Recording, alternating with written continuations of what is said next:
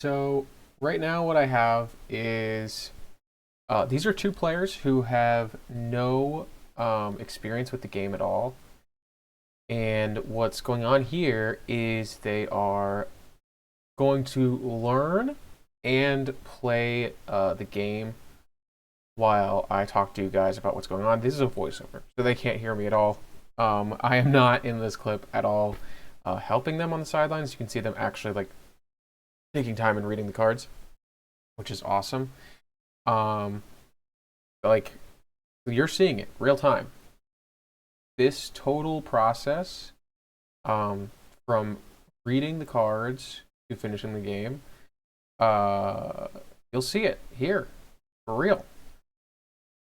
So yeah, each tin does come with 6 cards that are just dedicated to the rules. And you can have those out while you're playing the game, and it helps gameplay move along. Now, normally I would keep them. I'm not going to say anything to these guys here, but me personally, like they keep them in a line, 1, 2, 3, 4, 5, 6. I like to stack them by twos, where it's like 2 at the top, 1 and 2, and then the next row is 3 and 4, and then 5 and 6. But I mean that's just personal preference. I think it's just easier. But yeah. So here they go. They've read the rules. They're going to shuffle. They get all the cards out of the tins, of course, because there's always. I guess it looks like 1 or 2 that maybe you can't get a good grip on it. I don't know, but I don't know why they should. Oh yeah, struggling to shuffle a little bit there, but otherwise, very small, very. They're deciding who goes first, and what's going on is they're deciding that they're just going to play rock paper scissors. Totally allowed because they don't know who most recently ate a mint, which is one of the rules. Whoever ate a mint most recently gets to go first, unless you decide to decide it another way. Which rock paper scissors? Alex is going to go first. So he's drawing his 5 cards to start, and now. Yep, now she's taking her 5 cards.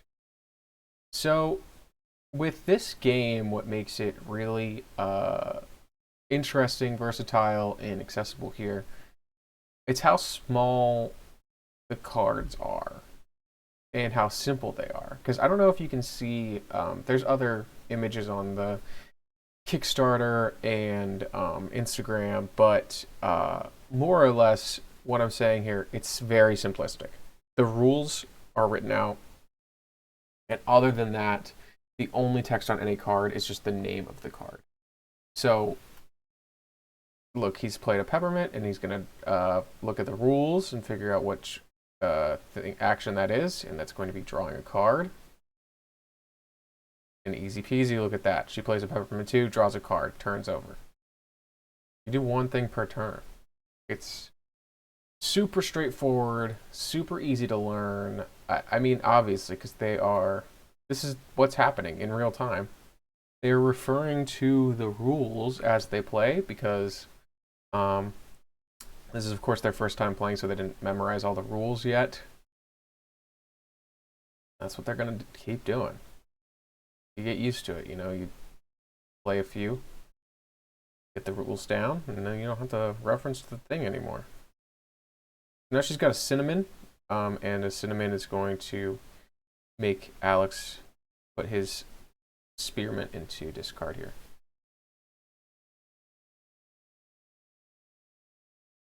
And so now they just kind of go back and forth like this until the game is over, and the game ends when one of them has either one of each of the 5 mints or 5 of one kind of mint. So it's at least one of each of the 5.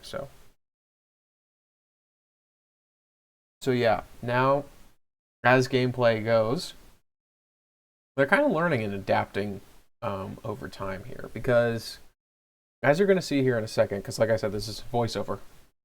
I was there, but they're gonna find some new strategies, and they're gonna practice new techniques, and they're gonna. I mean, look at Alex. Like he's analyzing the rules as he goes and figuring out his next move. He is a kind of seasoned trading card uh, player.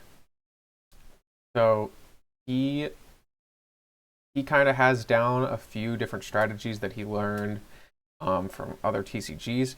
And Christy on the left there, she is a mother of four, college. She's going for a doctorate right now. She's in a doctorate program. Very busy woman. Just all the time. And look at this. She's got time here to play this game quick, you know? This is very clearly a very fast game. She can do in between her various activities. That's awesome. And Alex can do this recreationally. And look at this. They're on the same level, really, with Christy kind of in the lead there.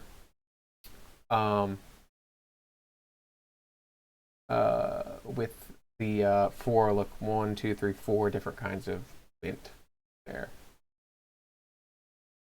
And Alex is putting that together as he has now referenced the rules. And he's got 3 peppermints. 5 peppermints total, and he'll have won the game. So it could be, and there's the wintergreen, but Alex is going to counter it by discarding 2 cards, which is going to cause Christy to put that wintergreen into her discard and draw an additional card, as they are referencing the rules right there. She draws and her turn ends right there. Perfect. So, I mean, what we've got here is one that you're seeing 2 different people with 2 entirely different experiences with card games. With, like I said, Alex having more of a TCG background, Christy doing more like family board games. And both of them, as you can see here, are pretty locked in on the same level, where she has that same comfortability as he does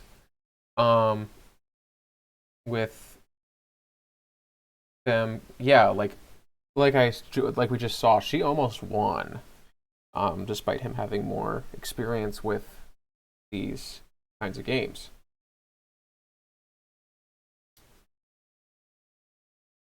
So now we've got Alex playing a second cool mint, strategically reusing his cinnamon to remove more of Christie's cards from the board. And then she's going to instead counter him. So as you're seeing there, they are in real time adapting to each other's strategies and learning. And so there is strategy and there is thought going behind this. But at the same time, it's very simplistic and very easy to understand. So each of them has taken this very simple 5 different cards with very little text on them and turned it into their own strategy. And so that's what we're seeing here with, I mean, she's dwindled him down to 3 peppermints and a cinnamon. Now, Alex can use that cinnamon with his, I think I'm seeing more cool mints in that hand there. So he's going to reuse that. So we have a very aggressive strategy on Alex's side here, with the constant reuse of cinnamon and making up the phrase cinnamoning in that clip, which is so good. And then we've got Christy playing very defensively, causing Alex to discard as frequently as possible, she's putting out as many of the same thing as possible, so she has backups. She's countering where she can counter, but as you can see, she's got like 2 cards. It looks like 2 cards in her hand, and Alex's hand is kind of full here. He's got options. He keeps his options open. He's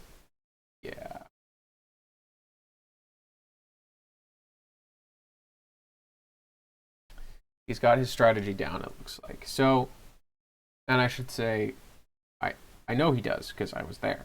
But realistically,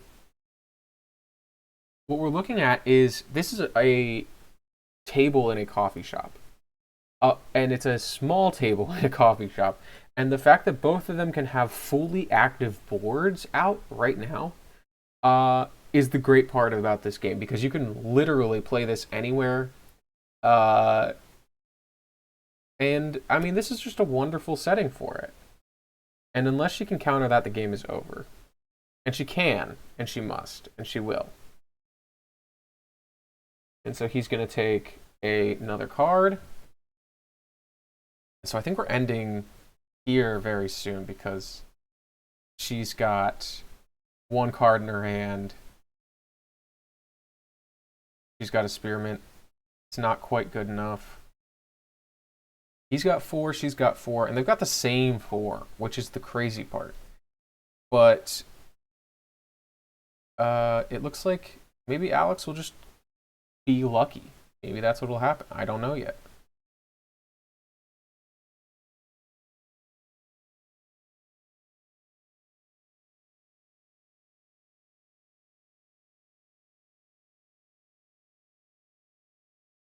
So now we see Alex really analyzing his board, and now he's got 2 options. So now either he plays a 5th peppermint and wins the game, or he plays a winter green. Now she's played a winter green. He's going to discard those 2 cards. She's going to discard that and draw another card.